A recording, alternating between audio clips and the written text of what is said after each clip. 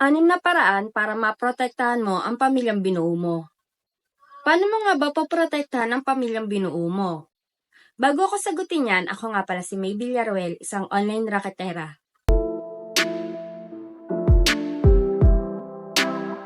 At ngayon ay tatalakayin natin ang isa sa mga problema ng buhay may pamilya. Una sa lahat, ang bidyong ito ay inisponsoran ng Personal Collection Teresa Branch. Maraming paraan para maprotektahan mo ang pamilyang binuo mo laban sa mga maling gawain. Ilan sa mga tatalakayin natin ay ang mga nakikita kong dahilan kung bakit nga ba nasisira ang pamilya. Number 1, pagbukod. Kahit gaano pa kahirap, pilitin yung makabukod. Sa ganitong paraan, mas makakakilos kayo ng malaya. Mas may privacy, mas matatag ang pamilya. Number 2, kapag nag-aaway kayong asawa, huwag niyong ikukwento sa iba ang pinag-awayan nyo. Lalo na kung sa mga in-laws nyo or sa katrabaho nyo. Kasi minsan, dahil sa sobrang galit natin, may nasasabi tayong dagdag bawas sa kwento. Madalas, ito pa nagiging dahilan kung bakit nakikisawsaw ang mga biyanan or in-laws natin. Wala itong pinagkaiba sa pagpo-post natin sa social media. Minsan nga, bati na kayo mag-asawa, pero yung imahe ng asawa nyo, hindi nyo na mababago dun sa mga taong nakabasa ng post nyo o dun sa mga taong napagkwentuhan nyo. Number 3, postpartum or yung tinatawag nilang PPD. Isa itong game changer sa usaping pampamilya. Kalimitan kasi, hindi na ipapaunawa ng babae sa lalaki or sa partner niya kung ano nga ba talaga ang epekto ng postpartum sa kanila. Hindi kasi namamalaya ng babae na dumaranas na pala siya ng postpartum.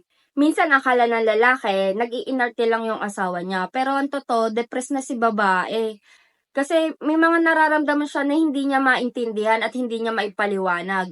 Ang mga babae may postpartum ay nakakaramdam ng depression, insecure, or tamang hinala. Madalas halo-halo na yung emosyon nila. Ang masama rito, hindi sila aware. Kaya dapat, bago pa sila manganak, or kung nagpaplano silang magka-baby, ipaunawa nila sa lalaki or sa asawa nila na may mga pagkakataon na mag-iiba yung ugali nila. Madalas nga, parang hindi mo nakilala kung sino siya eh. Kaya dapat, ang lalaki, mas mahaba ang pangunawa at pasensya pagdating sa asawa niya, lalo na kung nakaranas ito ng pagbubuntis. Kasi malamang sa malamang, yung PPD, yun yung nagiging rason kung bakit nagiging magkalayo na yung mag-asawa kasi hindi na nila maintindihan yung isa't isa. Naalala ko pa nga nung minsan nakipagkwentuhan yung asawa ko sa kaibigan niya. Napag-usapan nila yan yung tungkol sa PPD. Sabi ng kaibigan ng asawa ko, muntik na nga raw silang magkahiwalay. Parang naghiwalay yata sila. Then, nabanggit ng asawa ko, sabi niya, pare, aware ka ba sa PPD or postpartum ng mga babaeng nanganak or nagbuntes? Kasi yung asawa ko, bago siya manganak, na-explain niya sa akin na may ganong possible na maging problema yung babae. Yung parang kakaiba sila, nagse-self-pity, ang drama, umiiyak na walang dahilan, or kung ano-ano pa. Minsan hindi mo nakilala yung babae. Then sabi nung kaibigan niya, oo nga, nung minsan nag-browse siya ng Facebook or Google, ganyan, or parang dumaan sa feeds niya, nakita niya yung mga syndrome ng postpartum. Sakto, parang na-realize niya na parang yung asawa niya yun, ganito, ganyan. Tapos parang medyo naintindihan niya na yun pala yun. Yung dinaranas ng asawa niya is postpartum. Na hindi rin naman aware yung asawa niya na nakakaranas na pala siya ng ganon. So malaking factor kung yung asawa niyo may background or alam na yung possible na mangyari kapag meron kayong PPD. Malaking factor yan kasi marami sa mga pamilya ngayon ang naghihiwalay dahil sa postpartum. Hindi maikakaila pero isa ito sa game changer ng buhay may pamilya. Kasi sa totoo lang talaga, ibang-iba yung taong makakausap mo, makakaharap mo, makakasama mo once na nagkaroon ng PPD. Parang hindi mo talaga siya kilala. So, dapat talaga yung lalaki, mahaba yung pasensya, naunawaan niya, at the same time, i-feel niya dun sa asawa niya yung security na hinahanap ng babae at yung pagkalingan na kailangan ng babae. Number 4, extra income. Sa hirap ng buhay ngayon, kailangan mo talaga ng extra income. Maraming mag-asawa ang naghihiwalay dahil sa kakulangan ng pera. Kaya dapat gumawa tayo ng paraan or diskarte para madagdagan yung income na pumapasok sa atin, mapa-online man or offline. Marami nang pwedeng pagkakitaan ngayon na hindi na kinakailangan ng puhunan. Isa na nga rito ang sponsor natin, ang Personal Collection Teresa Branch, kung saan pahihiramin ka nila ng products na pwede mong ibenta at babayaran mo ito makalipas ang isang buwan.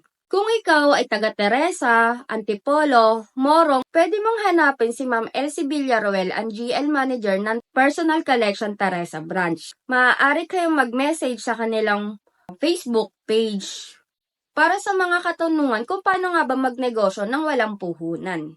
At para sa pagpapatuloy ng ating talakayan, ito pa ang natitirang dalawang paraan para mapanatiling matatag ang iyong pamilya. Number 5, gawin mong priority ang binuong pamilya. Madalas nagkakaroon tayo ng problema dahil hindi mo priority ang binuong pamilya. Isa sa mga magandang example yung nabasa ko sa isang group kung saan yung asawa niya, mas priority yung kapatid niyang single mother.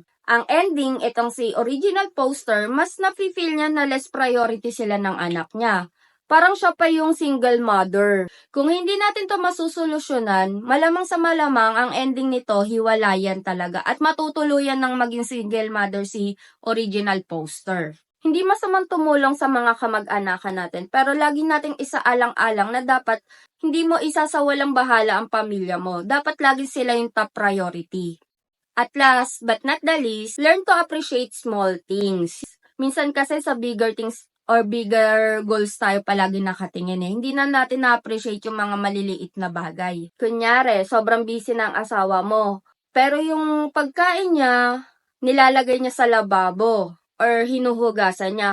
Subukan mong i-appreciate yon kasi parang kumbaga pambawas or para makabawas sa mga gawain bahay mo or para mas lalong gumaang yung trabaho mo. Ewan ko lang kung ginagawa nyo to.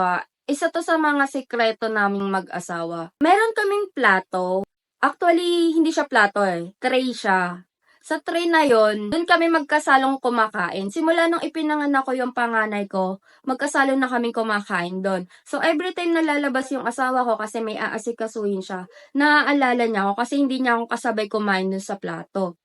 So, pag uwi niya, meron siyang pasalubong. Yung mga ganong bagay, pasalubong, ma-appreciate mo yon or dapat ina-appreciate mo kasi hindi naman siya palaging ginagawa.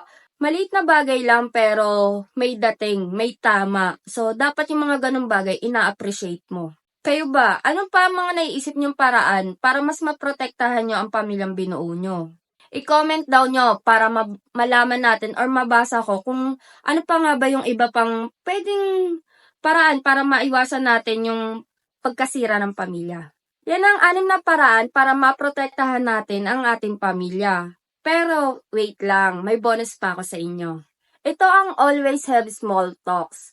Malaking bagay nang palagi kayong nag-uusap ng asawa nyo. Kung kaya niya na meron kayong date para lang makipagtsikahan or makipagkwentuhan, mga bagay-bagay, catch up, ganyan, or halimbawa, kung talagang hindi kaya na magde-date kayo, no, kasi nagagastusan kayo, pwede naman bago kayo matulog, mag-usap kayo. O, kamusta ang araw mo? Anong nangyari? Ano ba nabasa mo sa Facebook? Lalo na ikaw, kung medyo babad ka sa Facebook, kasi ako babad ako sa Facebook talaga eh, dahil marami akong transaction sa Facebook eh.